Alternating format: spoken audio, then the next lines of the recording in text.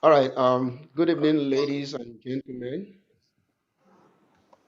My name is Timmy, and I'm the host of this program that is co-sponsored by the Media Red Cross. Um, it's a workshop on mental health and safety measures. We've done two workshops so far. We have a total of four workshops. This is the third workshop, and then there'll be one more next week, Saturday, and that will be the final workshop for this session of this program that was sponsored by the Canadian Red Cross. Um, the first workshop was on proper safety measures during the COVID-19 pandemic, and our second workshop has to do with managing stress. And now this third workshop is focusing on keeping fit during the lockdown. And I have a couple of presenters. I have a main presenter who is going to be talking to us about the main fitness aspect. I think they're going to segue into the other presenter who is going to be talking about the dietary aspect of fitness. We understand that there's been a new balance that has developed as a result of this lockdown. People have gained what we call quote unquote COVID weight. Some people have gained lockdown weight. Some people call it, they give excuses that they say sit down at home weight. Whatever it is, there is some extra tires around some people's waists, and then there are some extra flesh developing where we are not expecting. And now it brings the question many people don't have the facilities to keep fit at home in terms of in-house gym or fitness instruments. So what do we do? And it's very easy to just take the remote and you know go on the television and just start watching and then getting yourself entertained and then adding more weight. And of course, in the process of getting entertained, you can also be snacking on popcorns and some dangerous snacks that will further compound the situation. So this is a real serious issue, as funny as it might sound, because we're looking at a situation where people might also put their health in jeopardy, and there'll be a lot of hazards that could lead to hospitalization, even death. And we also know that the COVID-19 virus is an upper respiratory attacking virus. So something that has to do with the heart or the blood pressure and stuff like that, they are further endangered by the lack of good health during this lockdown. So I want to, you know, without much ado, try to introduce our workshop presenters today. Um, she's supposed to be here in Vancouver, BC, but somehow I think she has also experienced lockdown. And I'm talking to the person of my dearly beloved. I call her my daughter. Uh, Today she's our presenter. Her name is Tabitha Amposa. She's going to be presenting from Accra, Ghana right now. So it's about 1 a.m. there. And so she's making a lot of sacrifice. But she's also a certified fitness expert. So we're not just bringing somebody to come and speak. We're looking for people who have some level of certification and professional experience. And the other person who is going to be supporting her is the person of Peace O or Toby O, who is a health science graduate from SFU. So I think the combination of these two will help us, especially some of us who have clocked some numbers in age, and we're looking for ways to avoid feeling the joints and the legs paining us. So without much ado, I'm going to bring our first presenter in the person of Tabitha Amposa. And just so you know, by the end of their presentation, there's going to be room as usual for questions and answers. So um, without further ado, let's welcome Tabitha Amposa. You have the floor. Hello, everybody. Welcome to our session today. So Toby's gonna share our slides with us, And so there we have it. So we're talking about keeping fit during the lockdown. So I'll introduce myself quickly. My name is Tabitha. So I'm a certified personal trainer. I have my bachelor's in kinesiology. So through that, I kind of was able to learn about the human body, learn about different ways to keep fit, what different nutrition and exercise is good to help us keep fit and just have a good quality of life. And Toby can introduce herself as well. Hello, everybody. Good evening. My name is Toby.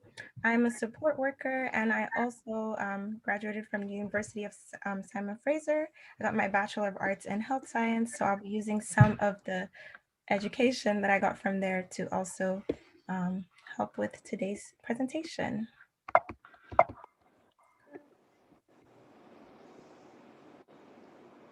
Okay, so we are gonna get right into it. So we're talking about COVID-19. So I'm sure everybody knows what it is. So it is an illness that is caused by severe acute respiratory syndrome coronavirus 2. So this is a respiratory virus that is transmitted through droplets generated when someone coughs, sneezes, or exhales. And okay, so some symptoms that we have. So we have fever, dry cough, and tiredness. That's most of the common symptoms. And then we have less common symptoms, which is aches and pains, sore throat, diarrhea, headache, loss of taste and smell. It gets to a point where you have severe symptoms. So then you'll have difficulty breathing, chest pain, loss of speech or movement. That's when you really need to seek some medical help. So today we're going to talk about how keeping fit can relate to kind of like if you do happen to get COVID, as well as just keeping fit so that you don't get COVID. So first we'll talk about fitness. So physical fitness is the ability to carry out daily tasks with vigor, so energy and alertness, without undue fatigue, and with ample energy to enjoy leisure time and meet unforeseen emergencies. So if for some reason there's a fire somewhere and you need to run away, being able to do that, going up the stairs if the elevator is broken, or just being able to do what you need to do in day to day and not feeling out of breath and like you're not able to do it. So we're gonna get into 4 aspects of fitness today. Oh, the slides.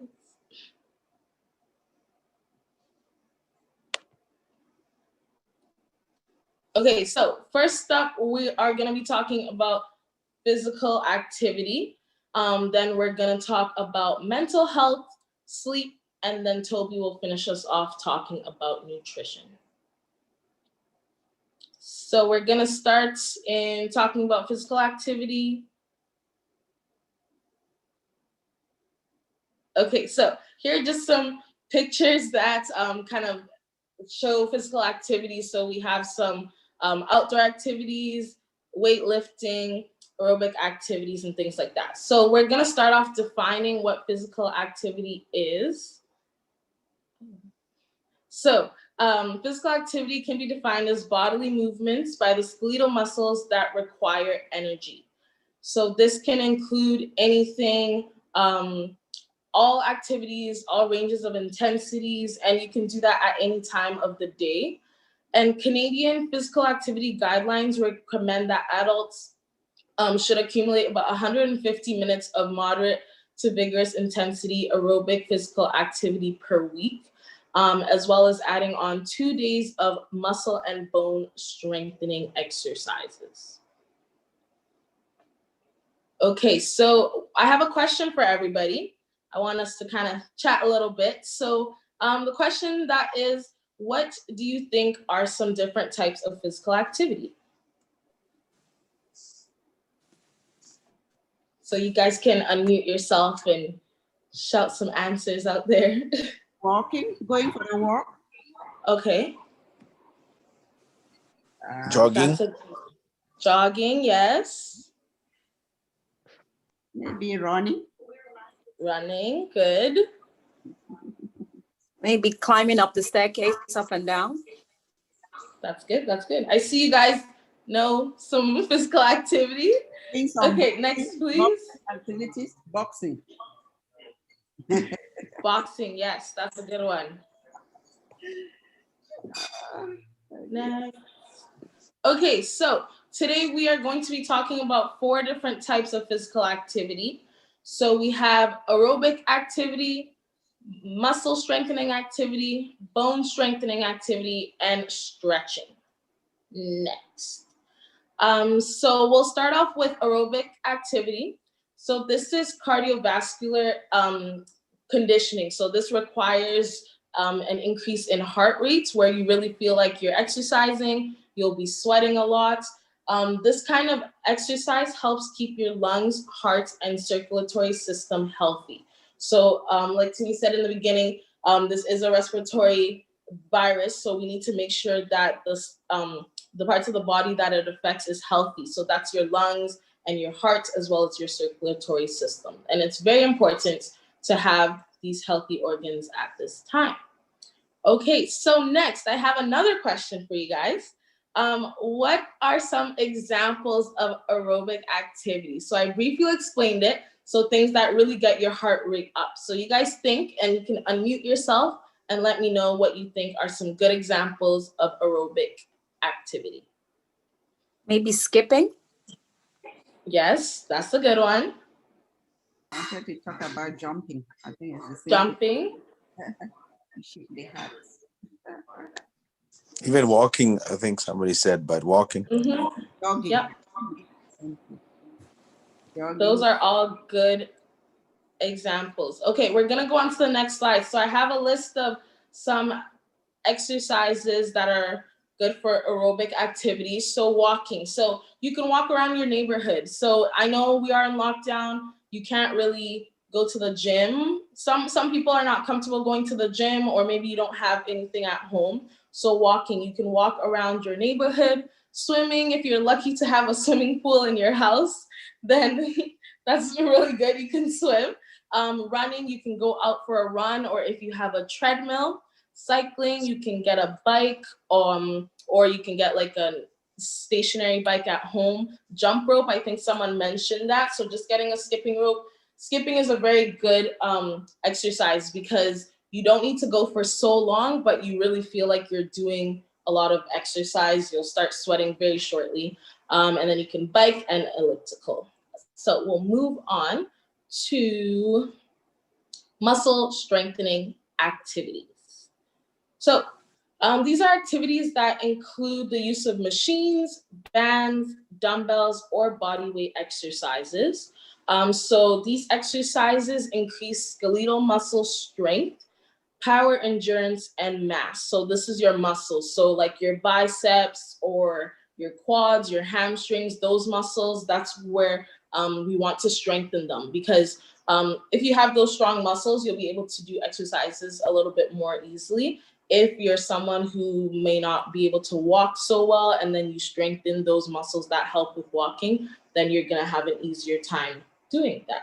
And the Canadian guidelines recommends at least 2 days a week of those kind of muscle strengthening exercises. And again, we do have another question. I'm sure you guys are picking up now. So I'm gonna ask you some examples of muscle strengthening exercises.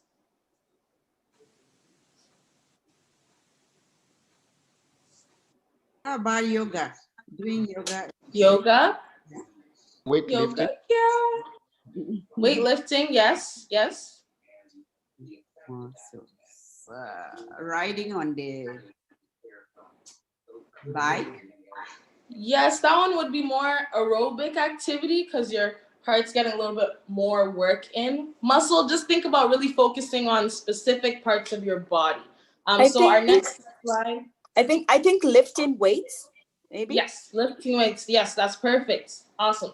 So our next slide, I have a list of exercises that we can go over. So perfect. Someone just said lifting weights. So you can do some like bicep curls or overhead press, things like that, where you're focusing on specific muscles. Resistant bands. So resistant bands are really easy because you can do that at home. If you see the bottom picture there, that's different exercises that you can do with resistant bands. So if you want to do squats with resistant bands, or you can do some upper body movements, it's really easy because you can take them anywhere and they're very light, and yeah, they give you a good workout. Gardening actually is a good muscle strengthening exercise. I mean, this is not the best weather over there for this type of exercise, but during the summer months, you can do some gardening. Climbing stairs is good. Some push-ups, sit-ups, and some squats.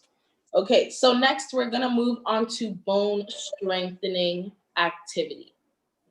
Okay, so this kind of activity produces impacts of tension force on the bones, and this helps to promote bone strength and growth. It's just kind of like repetitive movements where your bones have to be moving.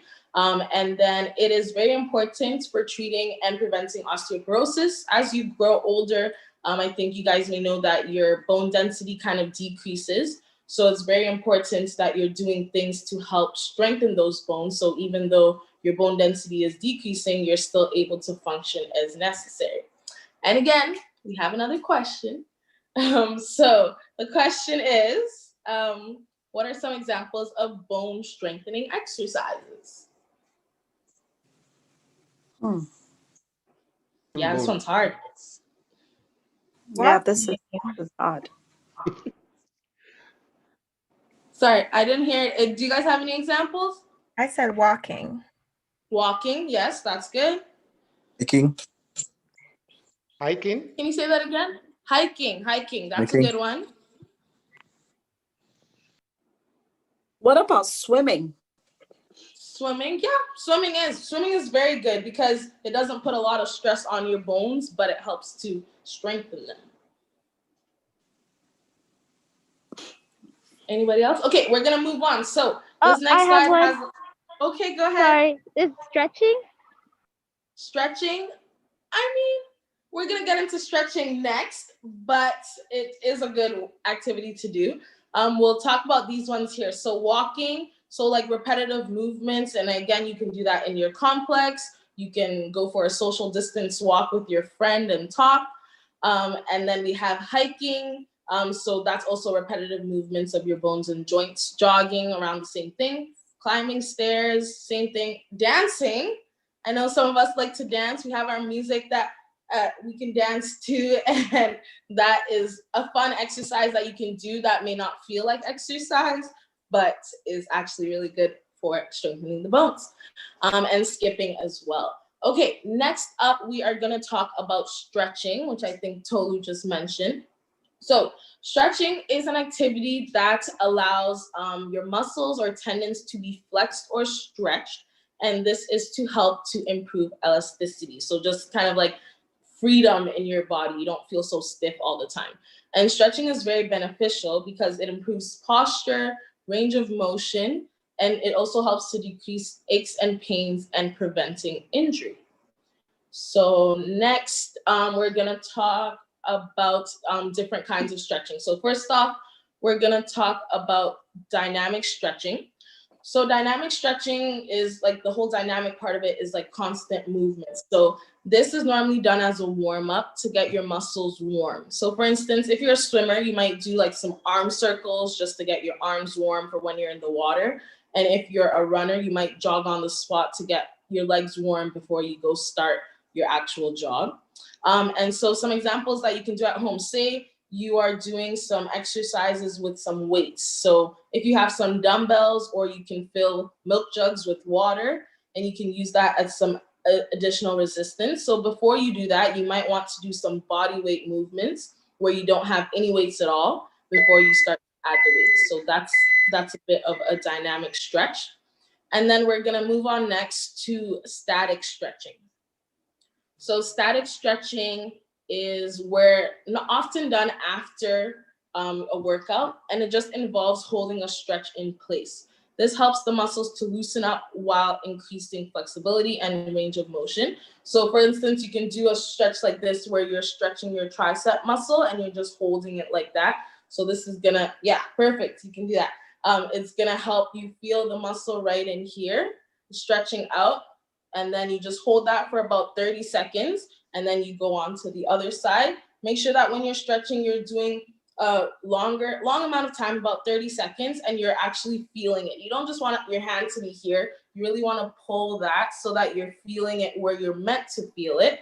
And then make sure to do the left side and the right side. So we're gonna move on next. So we're done with our physical activity. We're gonna move on to mental health. I think somebody has a question. A question? Okay. Paul. Go ahead. Mr. Paul. Paul Balogun. Yeah, you passed it. You've answered my question. I had a question in mind, but you already have answered it. So we can Okay, continue. that's perfect. Perfect. Awesome.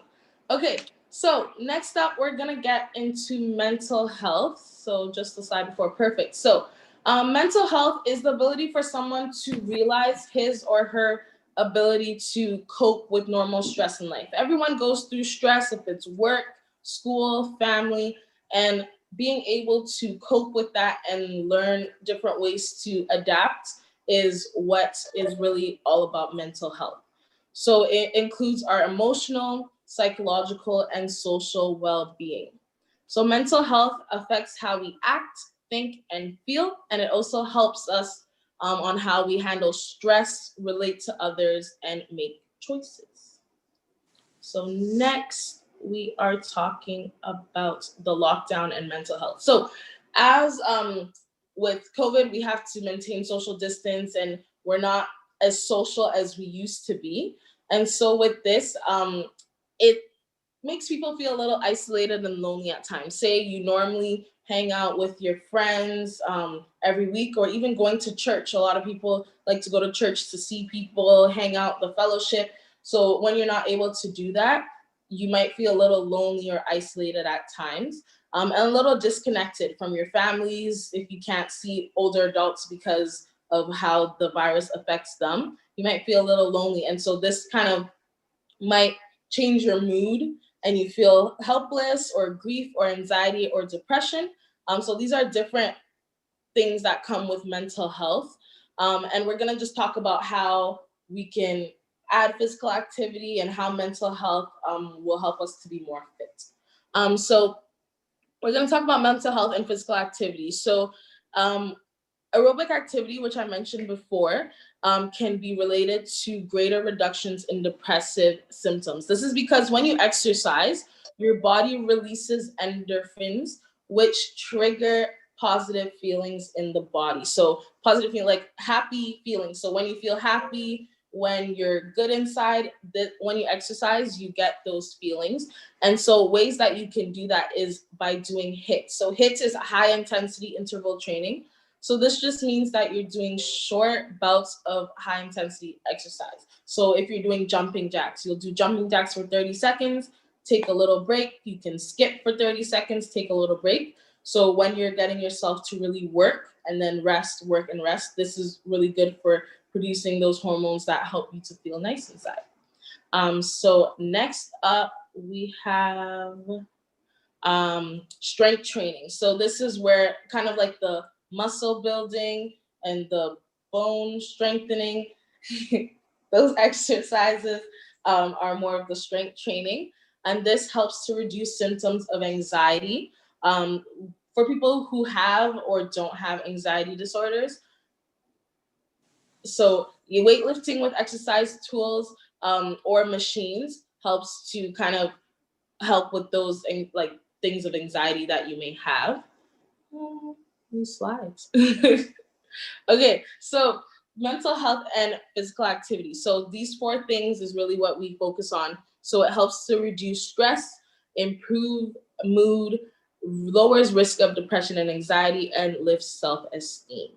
So next.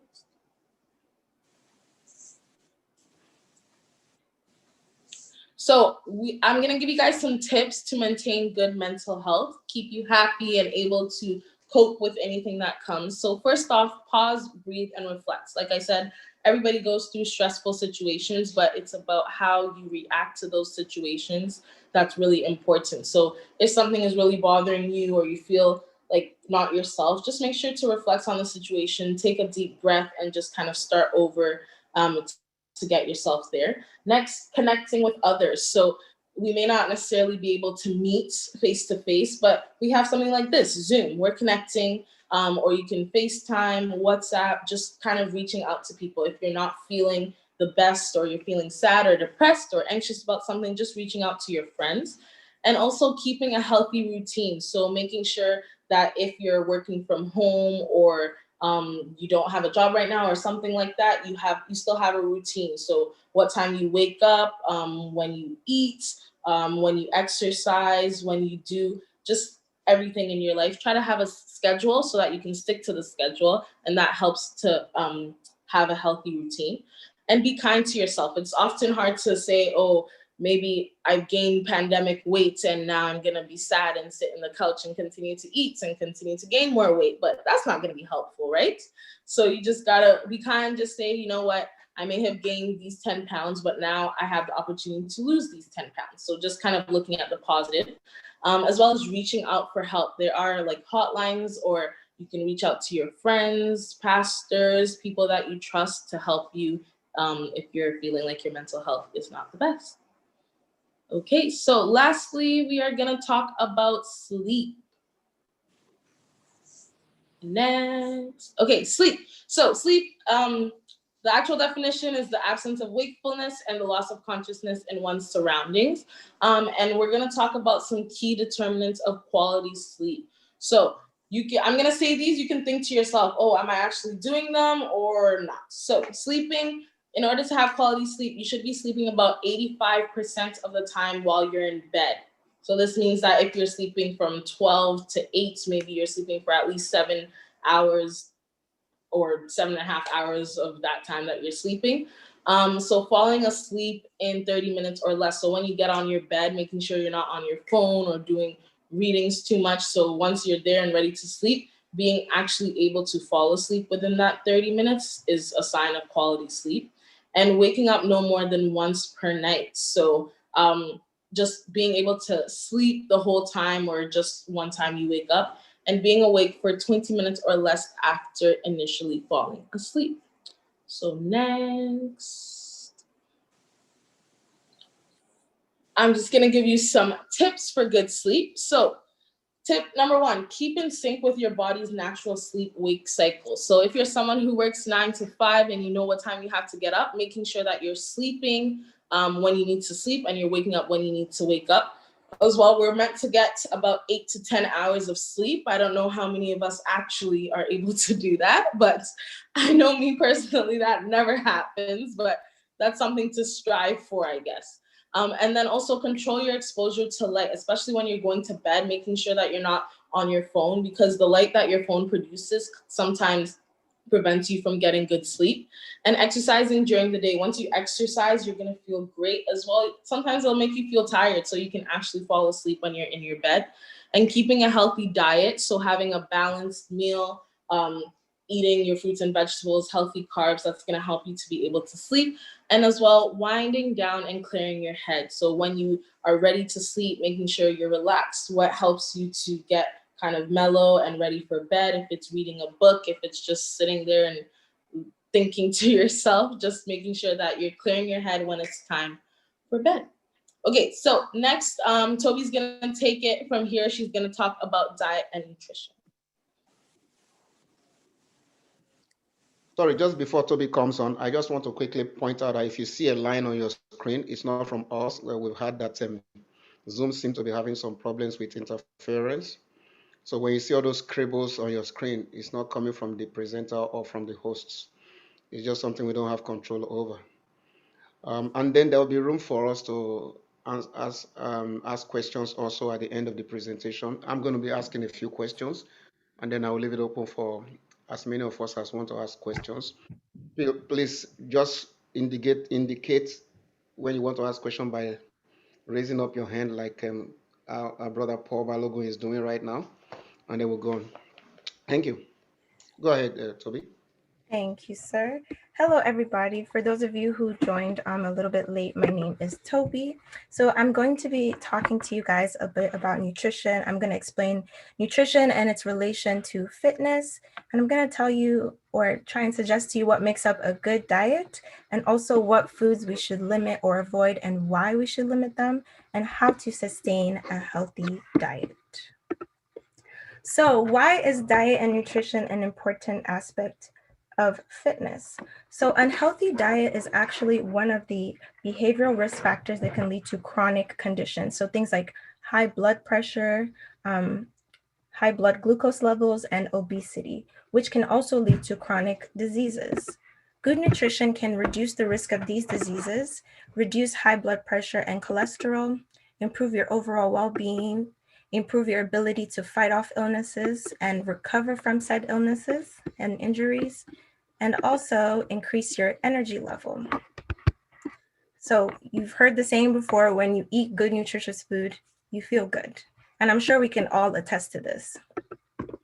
So I'm sure that we've all heard and been told about why we should eat healthy. Oh, it's very important to eat healthy. And we've seen that it offers a lot of benefits to our overall health. So you might be wondering, what constitutes of a good diet? There's a lot of rules out there for the general public to digest. There's a lot of different types of diet fads like keto, paleo, Mediterranean. There's so much information out there and a lot of controversy. We're told to eat bread. We're told not to eat bread. We're told to eat eggs because they're good for you. And then somebody comes and says, no, don't eat eggs. You'll get high cholesterol. So there's just a lot of information and it can be a little bit overwhelming. But nutritional science has come to a conclusion that highly processed foods are potentially unhealthy and should be avoided or severely limited. So a good diet consists of a variety of fiber-rich, whole natural foods, lots of different colors, and avoiding and limiting processed foods. So examples of fiber-rich foods include fruits, vegetables, beans, grains, things of that nature. Okay. So why should we avoid or limit these foods? So a diet that consists of highly processed foods, as I mentioned before, is potentially unhealthy and should be avoided. These foods in excess, keyword in excess, have been linked to the development of chronic conditions. And these types of foods include processed meats, foods containing high fructose corn syrup, foods containing trans and saturated fats like butter, things like that, large amounts of sugar, and refined flour. So why? You're probably wondering, why should I even avoid these foods? They taste really good. Well, recently, the rates of preventable diseases have been going up. We live in a Western society where we're more sedentary or have shifted to a more sedentary lifestyle than we were 50 to 60 years ago. And we're not as active as we used to be. So we're eating more, but we're not moving around the way we used to be 50, 60 years ago. So this has led to the fact that 3 out of 5 Canadian adults are actually overweight and obese, and it's led to an increase in type 2 diabetes. Now, I'm sure you've heard the term diabetes before, but I'm just going to explain a little bit about what it is. So in Canada, actually, 1 in 10 adults have diabetes and 1 in 300 children have diabetes. This is according to the statistics drawn by Health Canada. So the rise of type 2 diabetes in children and young adults is very, very worrying because 50 to 60 years ago, this was only common in older adults. Now, type 2 diabetes accounts for 90 to 95% of diabetes cases. So diabetes occurs when the glucose levels or the sugar levels in your body are too high, so your body develops a resistance to insulin, and we need insulin in order to function properly. So some glucose in your body, glucose is sugar, is necessary, but chronically elevated levels can be very toxic. So the trend of preventable diseases are just going to increase in future years because people are eating more but not exercising the way they used to and eating more processed foods. So a good diet is one that makes you feel good. Researchers have actually argued that there's no such thing as good or bad food. There's only healthy and unhealthy diets. Now, you can feel free to be skeptical of that claim if you are. I was a little bit skeptical when I heard it as well.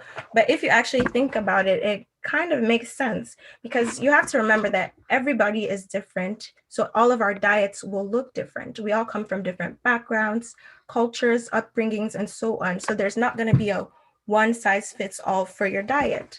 Like, for example, Tabitha, for example, she can enjoy the pleasures of dairy, so things like cheese and milk.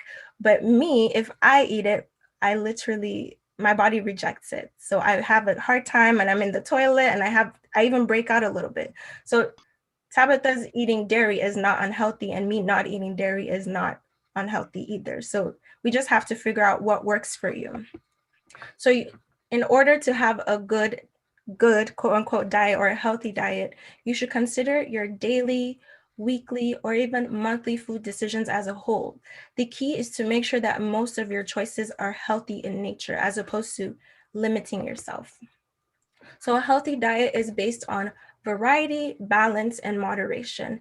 It includes things like carbs, carbohydrates, protein, like meat and fish, chicken, things like that, fat. So healthy fats include avocados, peanut butter, almond butter, lots of water, and sufficient amount of vitamins and minerals. So you might be wondering, Toby, can I still eat my favorite foods? Of course you can, in moderation. I am a puff puff advocate. I believe in consuming puff puff for your mental health.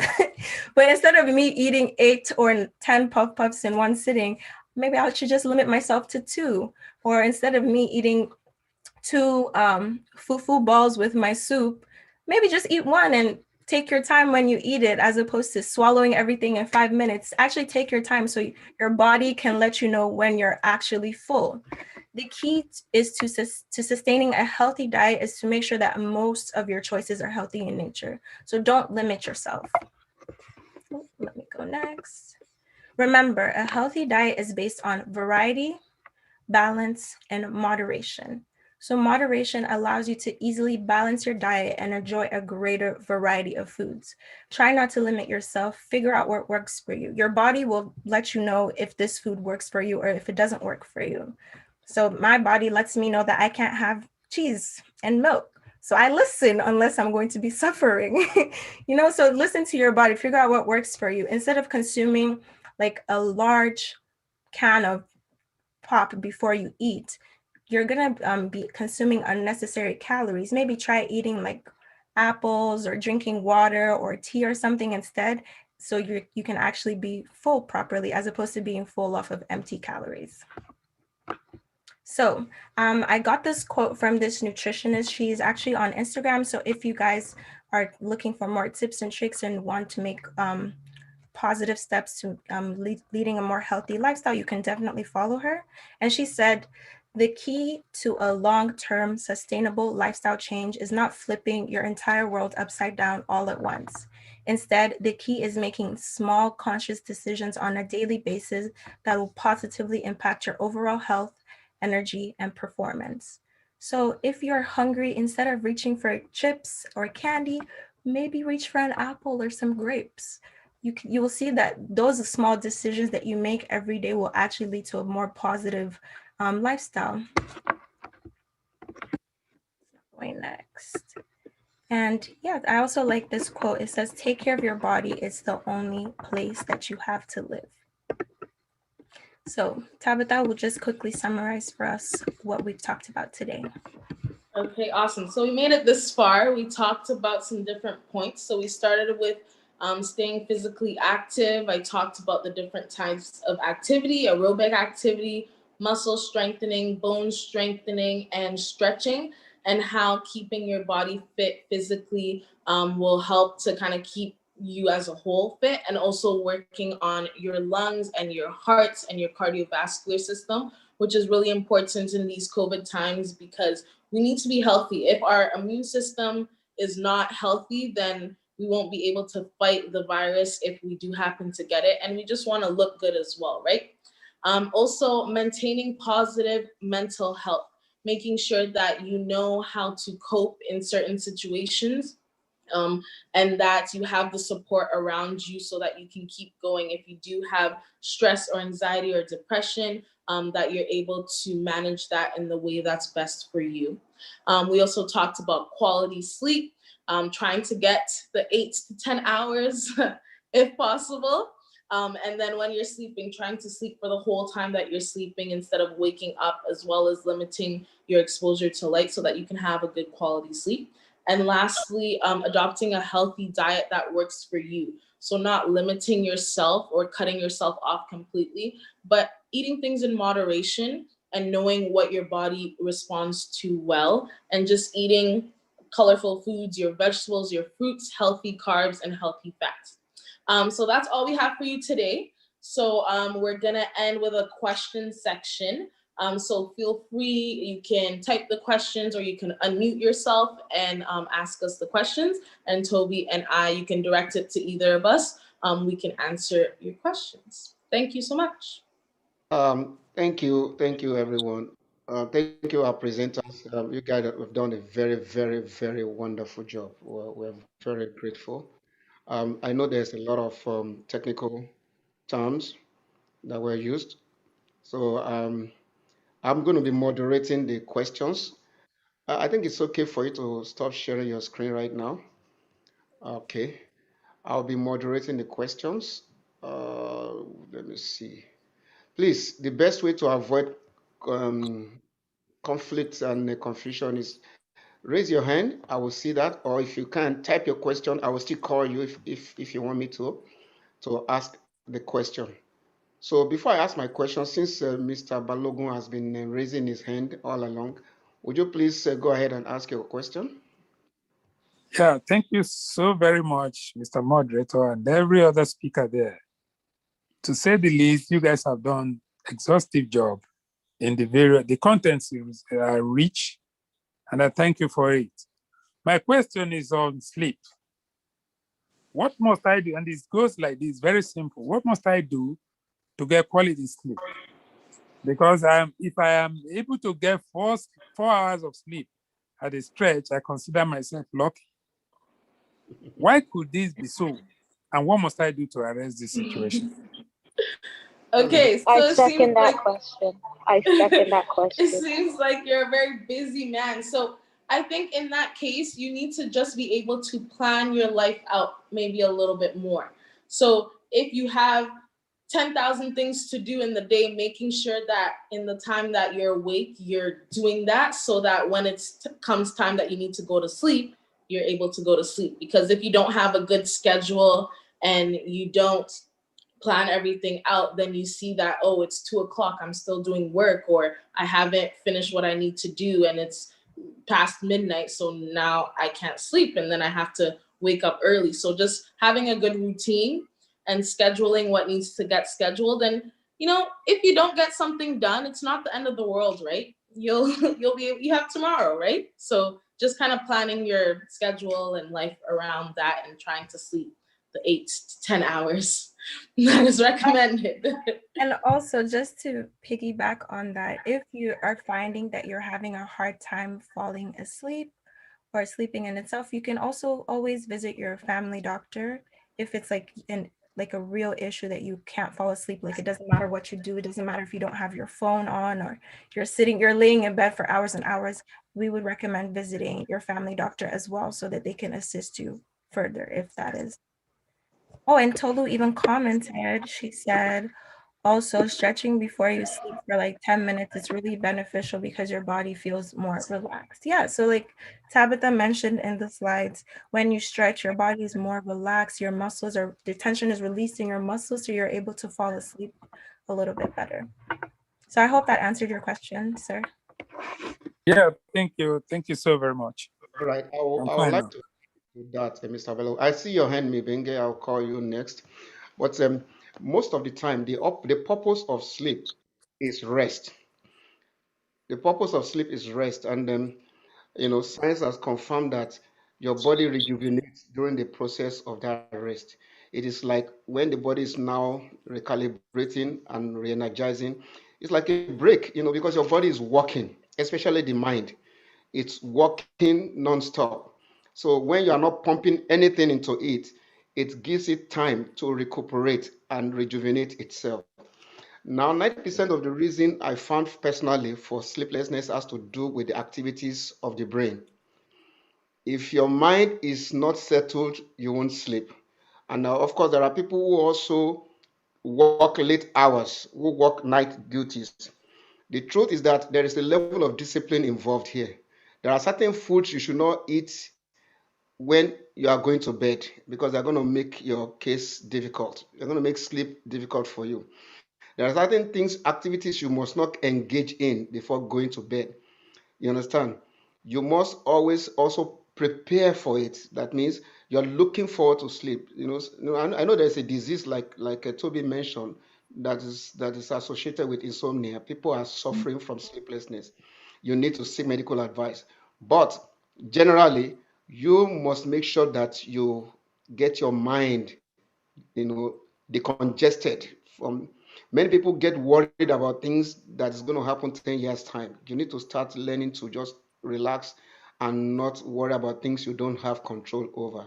And also for sleep, you need to prepare ahead of time. If you know you're going to go to bed by say 8 o'clock, by 7 you need to start preparing yourself for sleep.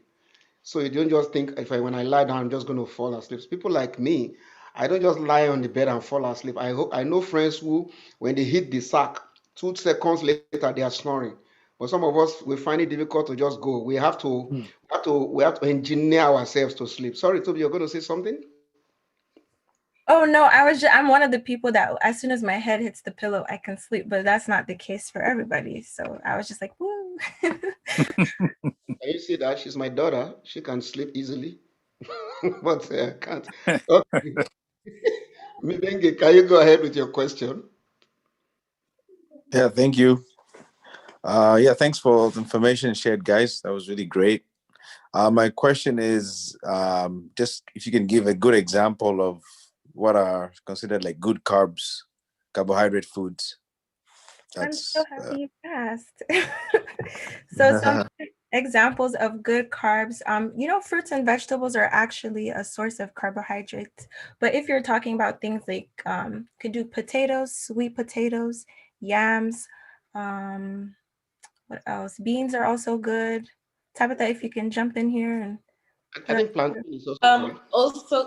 Also some like whole wheat, so less processed carbohydrates. For example, try to stay away from the white stuff, so white potatoes, white rice, white Mhm. bread. So replacing that with sweet potatoes, like Toby said, brown rice and brown bread. Those are less refined, so there's more healthier things in that. It's more nutritious, has better vitamins and minerals in those. Yeah, and if you eat more of those healthier carbs, your body will be more full because you're more satisfied and they're more rich in fiber. So there's some options that you can try. And also oatmeal is also a good source of good carbs for breakfast. Yes, presenters. The problem is that awesome. Thanks. those who are from Africa, oatmeal, uh, what are those Yeah, others? I said yam. So yam is a good one. So, I guess you have to say So that we really said, oh, And plantain, sorry, yam plantain. some of us who are in the tropical so region, we're Africans. So what can why did you imagine, you? so, so and then the African foods they don't have the labels like we have in some of. Thank God they are coming up gradually now, and they're beginning to identify what is carb and what is not carb. In those days, you just eat, and then we don't even know what is starch and what is not starch, and what is safe and not safe because we So also live in the tropical. But I think the key here, like she mentioned, is moderation. exactly. I was just And gonna then say when that. to eat what? You can't be eating pounded yam at 9 p.m. in the night. I mean, you're asking for trouble. It will help you sleep because it's going to knock you out, but it's going to cause more problems afterwards. Yeah. So, does that answer your question, Mbenge? Uh, yes, yeah, big time. Thanks. Okay, so the key here is discipline. You have to start. And now habits takes time to form, but also habits take time to break. You just have to start gradually, and this is where, like so one of the presenters suggested, always reach out for help. Let somebody be, look, have a partner in fitness, for instance, because there are people who the mind is willing, but the body is weak. They want to exercise, but they can't because their life has been used to not exercising all their lives. Like people like us, when we were growing up, there was no exercise, there are no gyms. The only way we exercise is when we go and fight in the street or go and play rough in the road. We grew up in an environment that's very crude, and then that was our exercise. But now everything is regulated, dumbbells, all those things you have to be doing. People see you in Africa, if you do that, they think you're crazy because you are just you are just running. And but this is the life we live now. We need to start forming habits. Habits. All right. I don't see any other hand yet, and I'm going to ask our moderator a question. You used a lot of. I'm going to. This is for Tabitha. When you're talking about cardiovascular activities, muscle strengthening activities, you said something about doing them minimum of twice a week, according to medical, I mean, professional recommendation. How long should that each activity be for the week? What is the length? What length of time is sufficient for that any particular aerobic or So for aerobic activities, it's recommended to have 150 minutes per week, and it has to be 10 minutes or more. So you can schedule that around your life. If you can only do 3 days a week and you have to do 150 minutes, so my math, that's about like 65-ish minutes for 50 minutes for each day that you're doing. So you want to do about an hour. That's kind of a good thing to look at. So every time you're exercising, you want to look for about 1 hour of exercise. And that's for the aerobic activities. And then for the bone and muscle strengthening activities, you want to also do 1 hour twice a day. So you can, if you say you have a day where you have 2 hours to exercise, you can do 1 hour of aerobic activity and 1 hour of muscle or bone, or just mix them up so that you're getting the benefits of both. You can do an exercise where you are targeting your aerobic capacity as well as your muscle strengthening capacity. But just having 1 hour of exercise and doing that 3 to 5 days a week is beneficial. And okay? also, can I just say that Tabitha is also a certified personal trainer. So if you guys are feeling a little bit overwhelmed, like 115 minutes, that's a lot, you can also book sessions with her. She works at Club 16 in Langley, if you guys live in the Lower Mainland. And she also works at another gym. I forget the name, but she can put it in the chat section. So if you guys are feeling overwhelmed, but you want to become more physically active, you can message Tabitha. She's a certified personal trainer, so she can definitely help you out with that. Okay. Without commercial, will have to be paying me some amount. Okay. All right. The other thing is the reason why I'm asking this question is that people want to do those things, but they find it overwhelming. So thank you for bringing that up. And if you need to also reach out, you can contact me, and then I can try to reach them for you.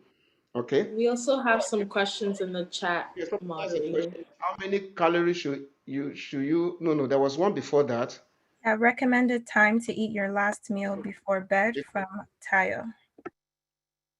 What's the recommended time to eat your last meal before bed? I believe it's like 2 to 3 hours before you sleep. I will just quickly double check and I will come back to you, okay? But I believe they recommend 2 to 3 hours, but let me just confirm and I'll get back to you. But we can move on to the next question, unless Tabitha has it. No, How I many think you're calories right. should you be eating a day to remain in calorie deficit? Is this for weight loss? So I don't.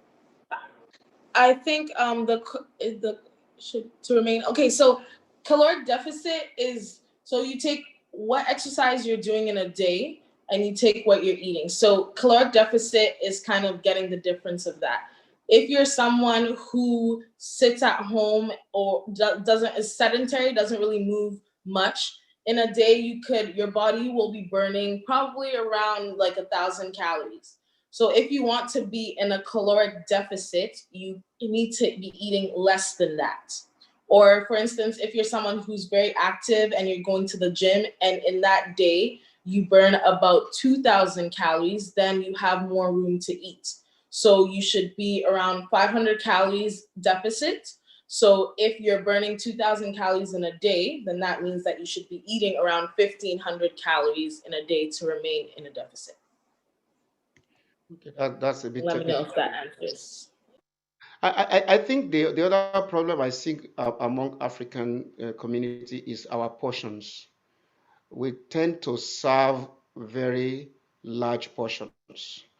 You know, even my wife, when she serves me, she thinks she's not serving me well enough. So because in Africa, if you serve your husband small portions, for instance, you serve him rice and then you put one meat, it's considered an insult. So you now have to put like 10 meat and then the bowl is full to show that you are really a good wife. But that's a that's a way to be foolish, you know. So we need to be cautious in the portions of food, no matter the time of the day. And then some people have said that, well, I'm going to walk them off. I will eat and then I'll go to work out. We found out that, and my experts can chime in on this, that a higher percentage, I'm almost tempted to say 80% of our fitness and weight loss has to do with diet rather than exercise. If you eat a lot of food and you work out, you just grow thicker. You're not going to lose weight. You understand? So the food is the foundation. The exercise helps you to maintain, fitness. Please, did I say that correct? My able presenters. Yes, sir. So with the portions, you can use smaller plates, use a smaller spoon if you really, really are struggling. Use smaller utensils, smaller plates, and maybe that can help you. And And also eating slower. yeah, I was about to say that. Yeah, Instead of okay. swallowing your food in 5 minutes, maybe chew 30 times each bite. I'm guilty of eating in 5 minutes and standing up and eating, and it's not very good. So I try now to think about, oh, I'm actually eating. Let me be chewing. And then that way your body lets you know that you're actually full as opposed to eating more than you need if you're trying to lose weight. And there's another school of thought that says that don't wait until you are very hungry before you eat. Mm-hmm. But Yeah, if there's a you, question in the chat that kind of relates to that. Yeah. okay, you go ahead. So it Or I says, should go ahead and continue what I'm saying. yes, please go ahead. So you see, because scientifically, if you wait till you're hungry, when your body is craving the food and you don't feed it, it will use your body fat to supplement. So whatever you eat afterwards, you're told, will be stored up as fat. Whereas that's not very, very healthy. Make sure eat small portions. Like somebody talked about intermittent. What was that? Something about eating in small small bits is also good. Don't wait until the hunger has taken advantage of you, and then you now want to revenge. You want to say, I've not eaten since morning, so you now mount up a pound of food just because you have not had breakfast and lunch. That's actually anti. Um, what's the word now? I've forgotten the right anti that I want to use, but it's anti-productive. All right, what's the next question? Intake on eating multiple times a day rather than big meals. So there's a lot of controversy with regards to this. I think it depends on what your goals are as well. So if you're trying to lose weight, a lot of nutritionists and dietitians have suggested eating smaller portions, smaller meals multiple times a day, as opposed to eating like one big meal a day. And like my dad just mentioned, not eating the whole, I mean, like I said, depends on your goals. So just what you want to do. Are you trying to lose weight? Are you trying to maintain your weight? Eat smaller portions if you're trying to lose weight and multiple times a day. And yeah, Tabitha, if you Also, I think overall it just it's you can eat small meals, you can eat one big meal, but at the end of the day, it matters how many calories you're eating. If you're eating one big meal and you're eating like you're getting 1,200 calories, but you think, oh, well, you want to be eating more times and you end up eating 2,000 calories, then you're not doing what's right. So if your goal, like Toby said, it's goal oriented. If your goal is to lose weight, you want to be in a caloric deficit. So whatever you're eating, you want to have that less than what you're like burning. And then if you want to gain weight, the opposite of that. So at the end of the day, it is your calories in that really matter. But there is also like some research that suggests that eating smaller meals a day is better because it helps to like speed up your metabolism as well. All right, there's another question after that, but before that, I want to jump to the question that talks about how do you measure calories. Then I'll come back to the question before that. Because now you're talking about calories. How do you count them? Because when you put a bowl of pounded yam, how do you know how many calories is there?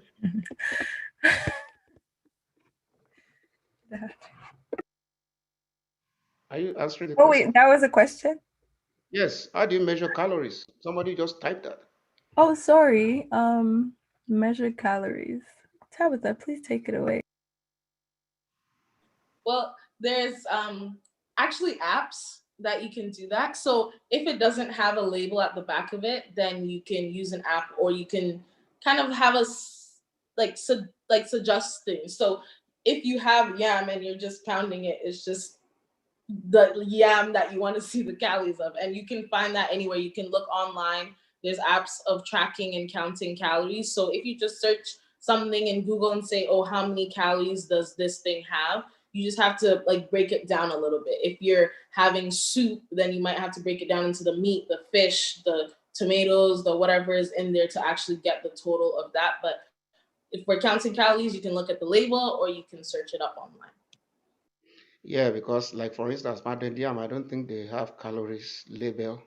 People just measure by the size of their stomach. But that's good. You can Google them, or we can try to find information for you and get back to you with that if you need that information. But please, I think there are a lot of resources online for you to get how to measure calories. So the next question is: instead of 1 hour a day, what about about short daily exercises of maybe 7 minutes a day, for example? So the recommended is at least 10 minutes a day. So you don't have to do 1 hour, but you should be doing at least 10 minutes a day, because that's where you actually feel the effects of exercise. If you're doing less than that, then it's not really beneficial. So just as long as you're over 10 minutes, then that's fine. Okay. All right. The next question. Is that Recommended everyday exercises adults with kids can do without going to the gym. I think we mentioned that earlier, but can you reiterate that? Yeah, some exercises that adults with kids can do. If you are looking to do something really fun, you can have a dance party, maybe play some music for 15 to 20 minutes and start dancing around with the kids, or going for a walk with them, or hiking. Yeah, things like that. Tabitha? You can also, there's a lot of information out there, but what is actually very helpful, you can look up YouTube. There's a lot of exercises that you can do with the like people doing the video, or they can show you things. But body weight movements are really good because they don't require any equipment, or if you want minimal equipment, you can get resistance bands, which helps to give some additional resistance, but is not expensive, and you can have it anywhere. You can also use your baby, if your baby is a newborn, to add some resistance. If you're doing squats, hold the baby. So things like that. So YouTube, body weight movements, resistant bands. Yeah. Wonderful. All right. And then the next question says that if intermittent fasting, is it okay to work out during the fasting state, or is it better to work out during the what's the fed state, the feeding state? Can you clarify that question, Miss Jackie? So intermittent fasting is pretty much where you fast, like you have different times, but you can fast for an amount of time. So some people will fast for 16 hours and then they eat for 8 hours. So it just, a lot of people do that. Some people do it for weight loss because it just kind of limits your calories. If you're someone who normally is eating 3,000 calories because you're eating from 5 a.m. to 12 p.m., that's a good option for you to have intermittent fasting, so that you're maybe only eating from 12 p.m. to 8 p.m. so your calories are reduced. So the question is about working out while fasting. So I think working out is like during intermittent fasting, working out in the morning is best. So if you're starting your eating phase at 12, working out maybe around 10, because working out while fasted does have some benefits, but so that when you finish working out, you're able to eat because you want to replenish all the stuff that was broken down, especially you need to get some protein after you've worked out. So I think you want to exercise just before you break your fast. I hope that answers your question. And I think I want to also add here, actually, I'm going to ask a question, but I want to add here that we should learn to control our taste buds. It's key. Controlling our taste buds is not all tasty foods are healthy, and not all tasteless food are healthy too. So you don't judge your diet by the taste. You judge your diet by the content, the quality. Okay, please let's be conscious of that. So the question I wanted to ask our presenters is this: you are talking about supplements. Is it safe to be taking supplements? And if so, what do you recommend? So, Why do you need? sorry. Do you really need supplements? This is a great question. I am not a doctor or a licensed nutritionist, but I can offer some suggestions. I think supplements are beneficial to your health because sometimes in your diet, you might not be getting enough nutrients and vitamins and minerals in your day-to-day diet. So you might be eating potatoes every day, and potatoes are high in, I believe it's vitamin C or A or something like that, but low in one of the other vitamins. But if you're only eating potatoes, you're not going to get the other vitamins that you need. So I think supplements are beneficial to your health just to meet your um, vitamin and mineral needs.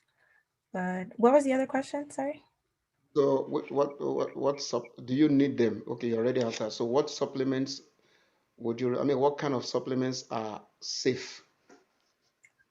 I think you might need to consult the Yeah. doctor on that one, but I take like my parents take one a day vitamins. Like there are lots of vitamins in like different health sections and even superstore and stuff that are safe to take once a day. But if you're finding that you need like medical advice, then I would suggest that you seek medical advice. But superstore, what is it called? Whole Foods, they have lots of different vitamins that are safe to take once a day or something like that. And they even have like gummy vitamins too, if you really feel like you're lacking in that department. So I think the key to add to this is that you want to be sure that you make sure you consult a professional before you start taking supplements. I Mhm. had to at a point, consult with a dietitian. These are new normals for us because we're wondering, why do I need a dietitian? But like I said, a lot of the foods we're eating today, they are either overcooked, or the farming, the process of their farming has eliminated a lot of the nutrients you're going to get from them. So some of those foods have been artificially modified, that they don't present the kind of nutrients that we need. Some of them are transplanted, some of them, genetically engineered or modified. So you will need to see a dietitian to know what you need, whether you are lacking in certain areas. Some people are lacking in iron, some people are lacking in um, in vitamin A, some people are lacking in vitamin D, and so on and so forth. But so that you don't over supplement your life, you need to. It's advisable that you try and consult a dietitian, and I think we have a lot of them here in BC. And also, we need to learn to be cautious of the kinds of food we eat. Please be cautious. Make sure that those foods are, like she said, this is where I'm going. Listen to your body. You know, this is me, for instance. When you are eating something and you have had too much of it, you just find my body repelling. I don't even want to eat it again.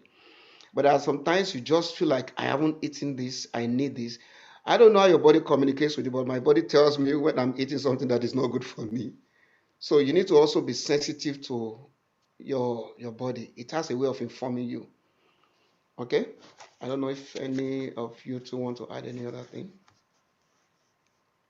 Yeah, like I mentioned in my portion of the presentation, listen to your body because everybody reacts differently to different things, right? And as I said, some people have argued there's no such thing as good or bad food, just you need to watch the amount that you're eating. Like if you're eating too much pop or too much fufu, you're going to see the repercussions. You're going to see the results of that.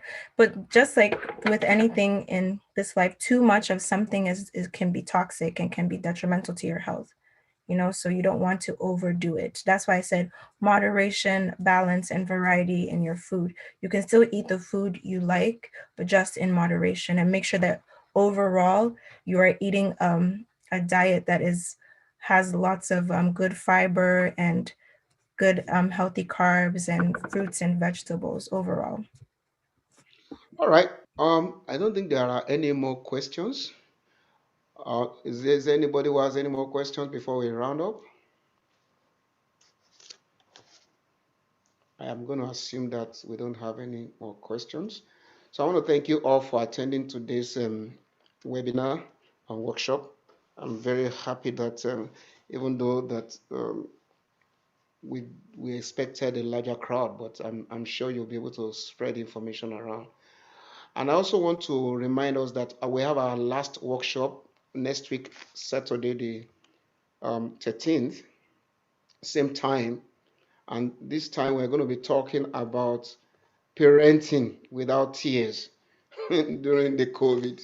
You will be surprised how that many parents are struggling with their children because children by nature they are active. They want to be out there, they want to be running, they want to be jumping, and now they are in enclosures. They are restrained from a lot of the things. So they begin to throw tantrums and cause mental problems for their parents. So how do we manage that during the COVID? Even if you don't have a child, I think it would be a good idea for you to attend this workshop.